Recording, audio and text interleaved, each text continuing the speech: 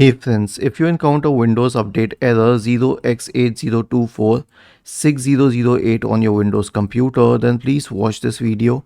I will guide you through the resolutions. The first solution is an SFC scan. Search for command prompt in the Windows search bar and click on Run as Administrator to open the elevated command prompt window. Type the command sfc /scan now and hit enter to invoke the SFC scan. The next solution is to run the Windows Update Troubleshooter. Right-click on the Start button and select Settings from the menu. Go to the System tab on the list on the left-hand side. Scroll down and select Troubleshoot. Select Other Troubleshooters and then click on Run corresponding to the Windows Update Troubleshooter. And finally, reset the Windows Update components.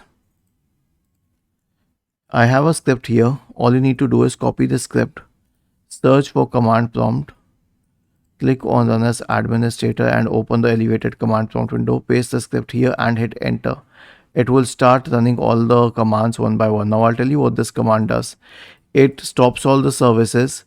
It deletes the contents of the software distribution in catroot 2 folders. It re-registers all the DLLs.